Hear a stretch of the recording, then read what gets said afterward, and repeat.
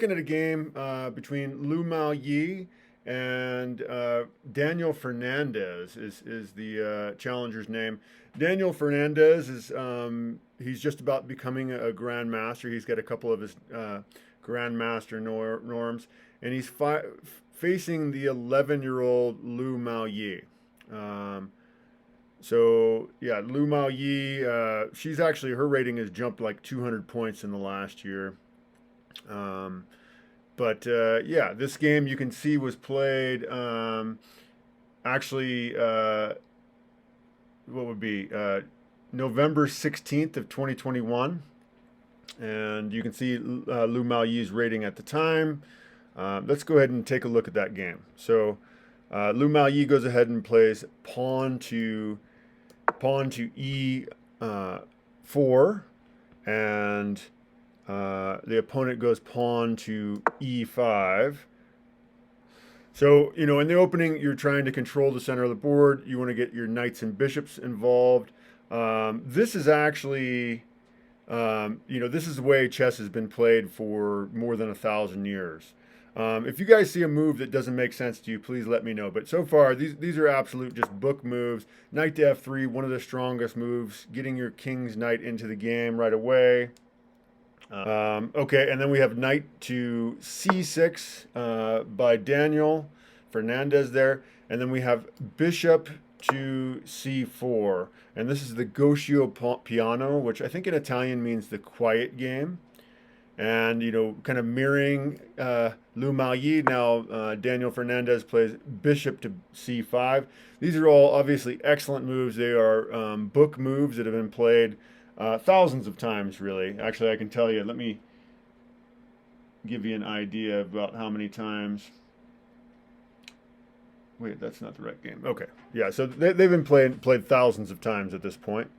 And Lu Miaoyi now goes for pawn to c3, probably hoping to be able to play pawn to d4 and then trade that c pawn in. That's usually kind of the idea behind that. We have knight to f6 by the challenger here, or well, he's the guy that's just about to be a grandmaster at this point. And this game, like I said, was played a little over a year ago, back in November of 2021. Anyway, he plays knight to f6. And now Lu Miaoyi does play pawn to d4. She plays pawn to d4, attacking the center right away. We have e captures d4, and then we have Lu Miaoyi actually plays a move you don't expect. We were expecting perhaps pawn captures. That kind of makes some sense there, since we do have three attackers. We have three attackers, and they only have two defenders here. So we could take that pawn, but instead Lu Miaoyi plays the move pawn to b4, attacking the bishop directly, and and Daniel, playing black here, he goes ahead and plays the best move in the position. He plays bishop to b6, getting out of that attack, and now Lu Miaoyi plays pawn to e5,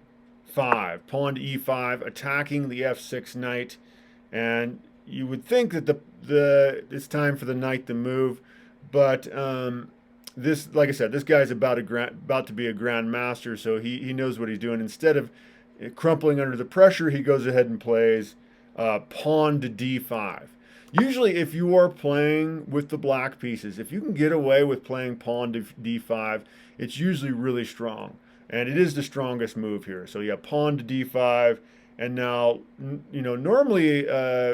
You want to save your bishop if you can, because a bishop is generally worth more than a knight in the endgame. But instead, Lu Miaoyi goes ahead and captures on f6. She plays e captures on f6. We have pawn captures on c4. So black plays pawn captures on c4. And this is pretty interesting because, we're about to have a pass pawn for black. So this looks a little bit scary. I should say that this is a miniature. This game only lasted for 26 moves. That's why I picked this one.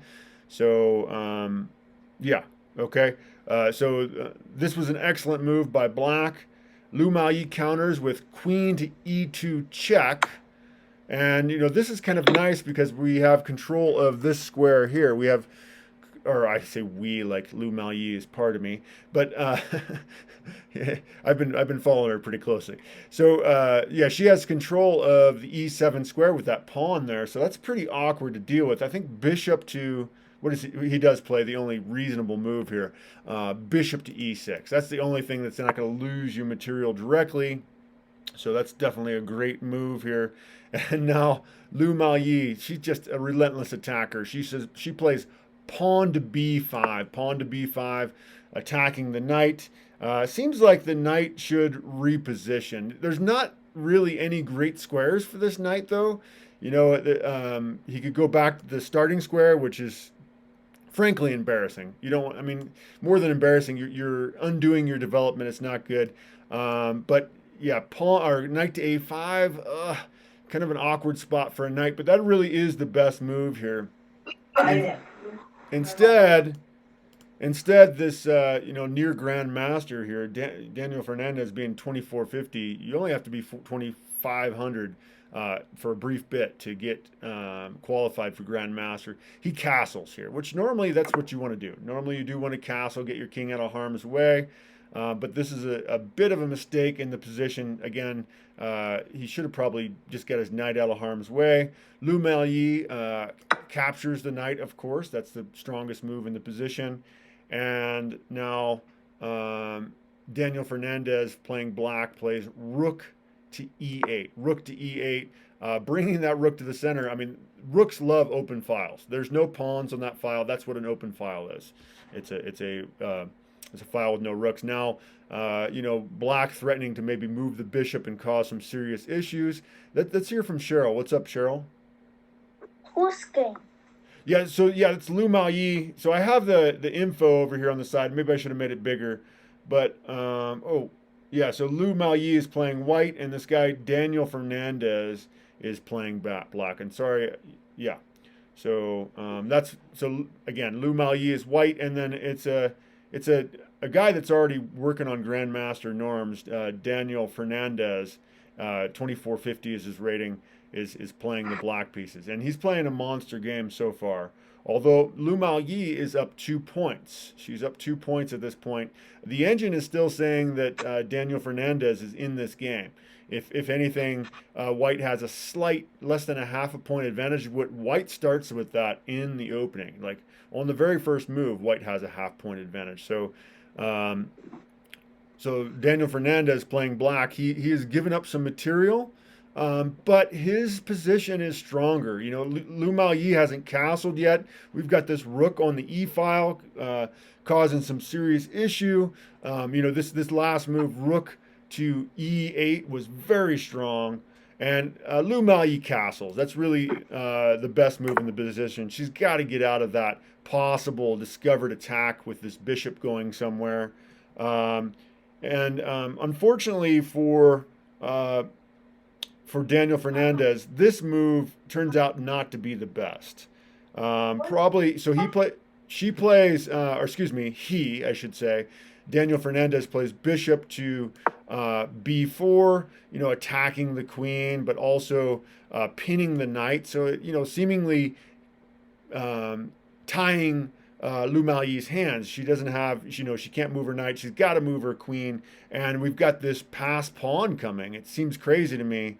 Yeah, it seems like Lu Maoyi's in a lot of trouble here. The engine did say that this move was a blunder, though. Bishop to d5 would have been better in the position. But let's continue. We'll come back to bishop to d5 after the game. But let's see how the game actually went down to start with.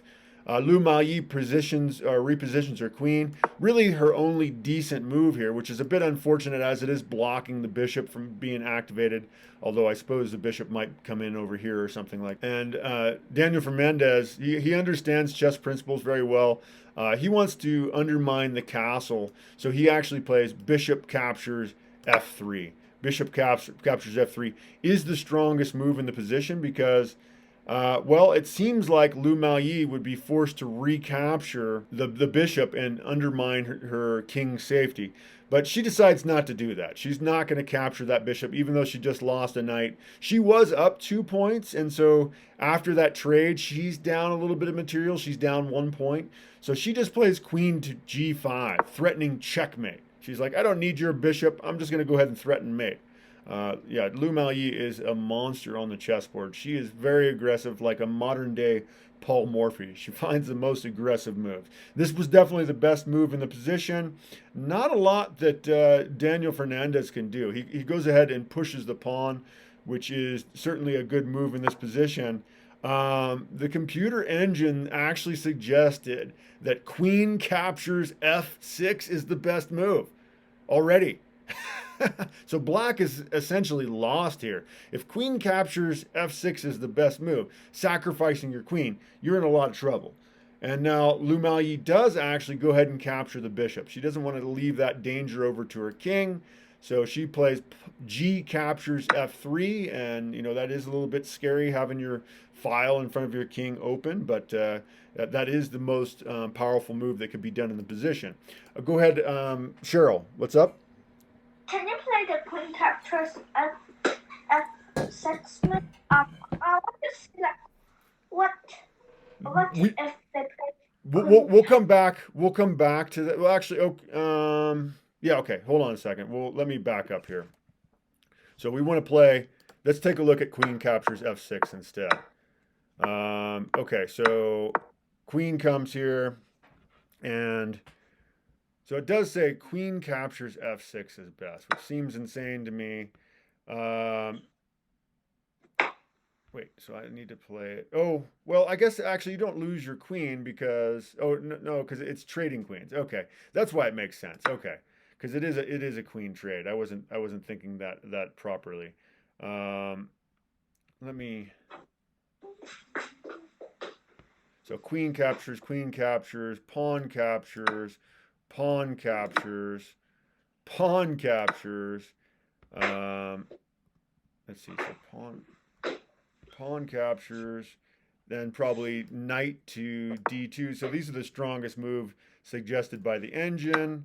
And this, wow, I don't think I've seen quadruple pawns a whole lot. This pawn structure that's the worst 8 pawns I've ever seen in a chess position. I've never seen a worse 8 pawns in the chess position.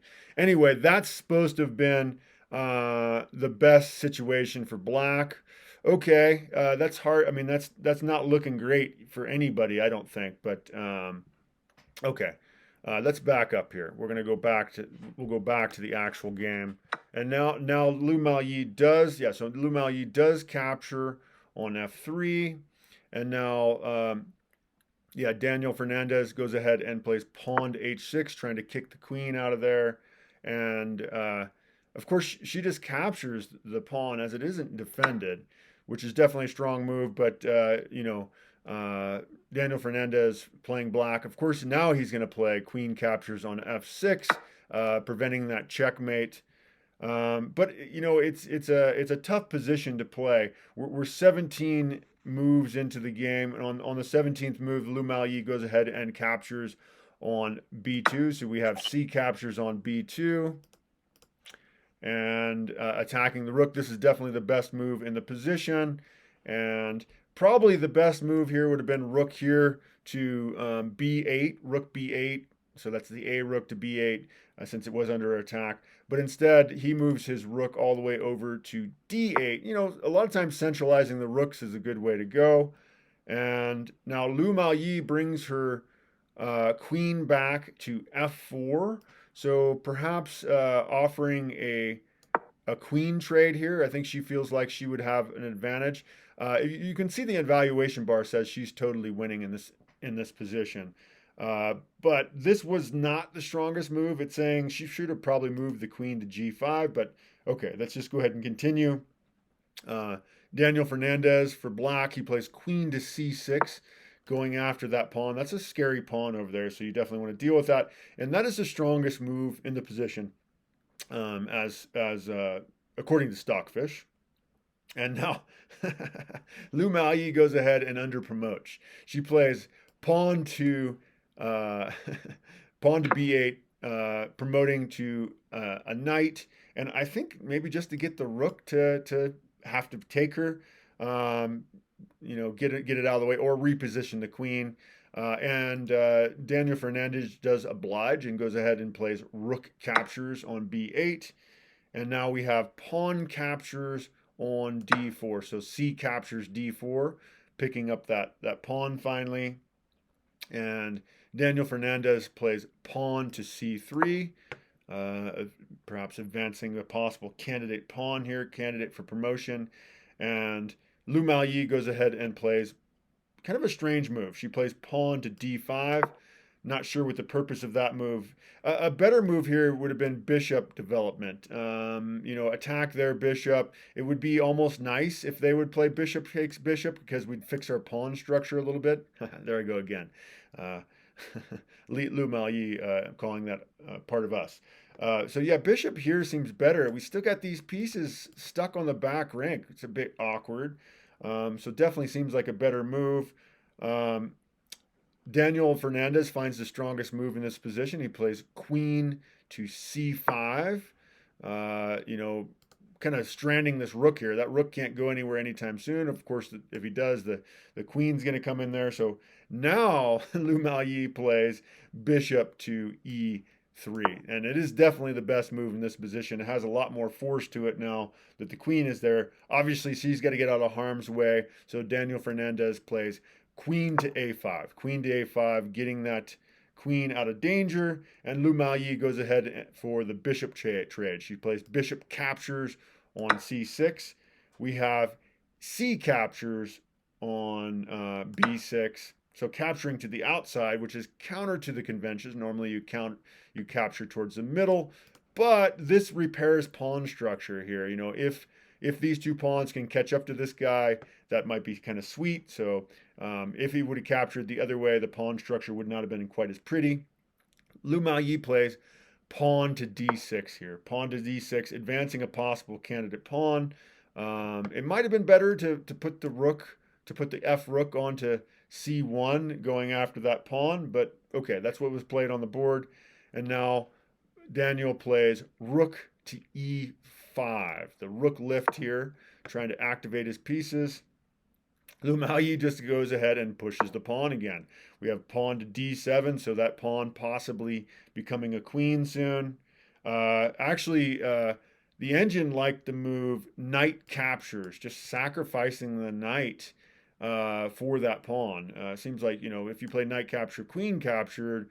But if that happens, then you can play either rook to c1, and you're going after. It's kind of like an X-ray attack. So if the queen saves herself, then the rook drops to c8 with check, and you can capture the rook and get a queen. So very dangerous situation, as you can see. The evaluation bar is saying white is totally winning. So Lu Maoyi is winning this game. It says by 4 points. So pretty tough for black to play at this point.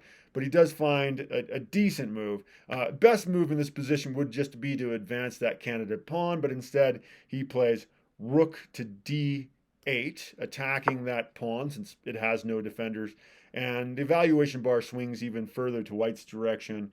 Lu Maoyi finds the best move in this position, just going ahead and sacrificing the knight. Again, yeah, if you take, then rook comes here, and you got this pin to the king, so kind of a big problem. Oh, and actually in this position, this was the end of the game. It was a miniature, just 26 moves, and Lu Maoyi, the 11-year-old girl, crushes another wannabe grandmaster. This guy, I mean, I say wannabe grandmaster. This guy's like on the verge of being a grandmaster. Actually, I haven't done the research on him. He might actually be a grandmaster already if his rating went up. Lu Maoyi is now rated at 29, or excuse me, yeah, not 29. She's rated at 23.99, so she is also creeping up on Grandmaster. That's of today, what are we, December 3rd of 2022. She is now rated at 23.99, so on the verge of 2400 herself. But back then, as you can see, she was only rated at 2241. But yeah, he resigned in this position. What do you do? What can you do in this position to maybe try to fight on? Is there a way to fight on here? Um, rook, rook to G5 check is suggested by the engines as being the strongest move here. So not capturing the knight, just going ahead and attacking White's king. Let's explore this line a little bit. Even though again the game is already over. Let's hear from Sunny real quick. Go ahead, Sunny. I have the question. Go ahead. Yeah. What's up? Why it can to the queen go to the I think it's go to the 7F. Why doesn't Lu Maoyi's queen go to f7? Yeah. Well, probably because the king would capture her back. That doesn't seem like.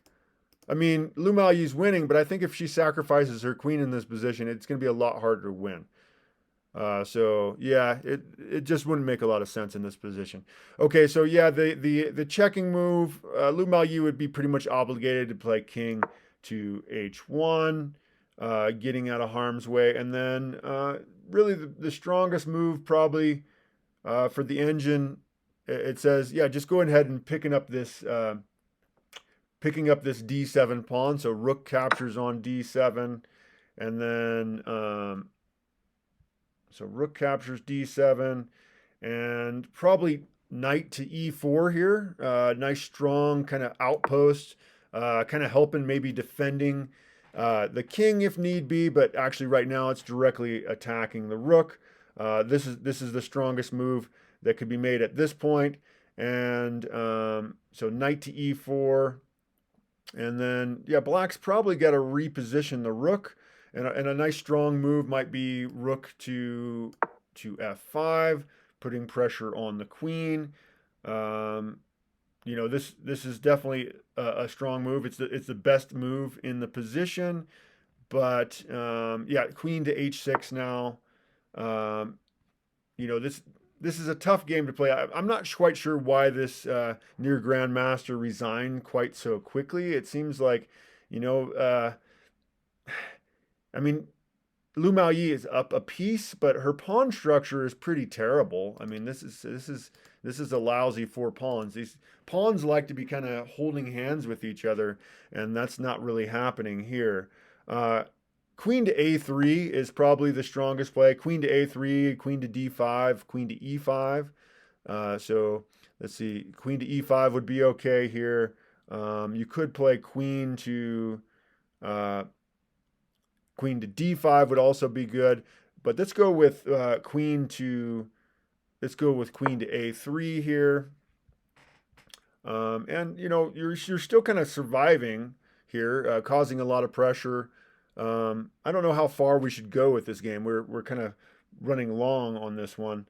So knight to g5 probably best for Lu Maoyi at this point.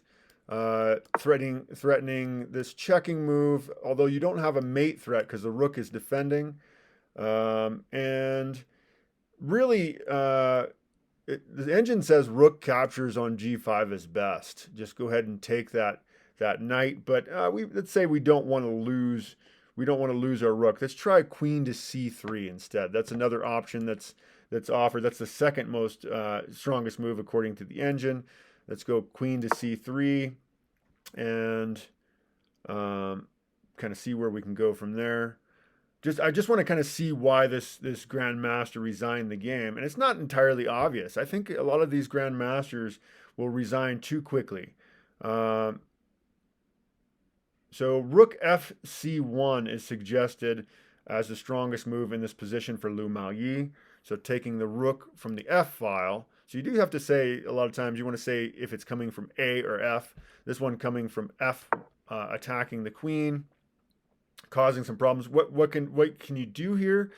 Actually, the computer is suggesting that queen takes rook is best here, but again, we don't want to lose a piece here, right? So, actually, all the moves suggested by so if you play the third best move is claimed to be queen takes f3. You know, then knight's going to take you. The best move it's saying is queen takes a1. Go ahead and take this rook over here and maybe force them to get their rook out of the battle.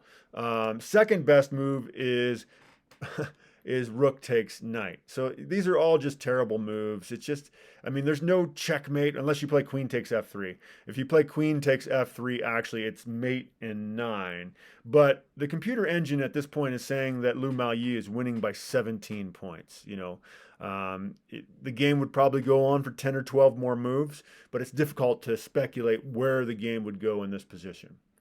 So, like I said, the game was actually over on move 26, so really early. I think he gave up a bit too soon. I think that's a problem with a lot of Grandmasters.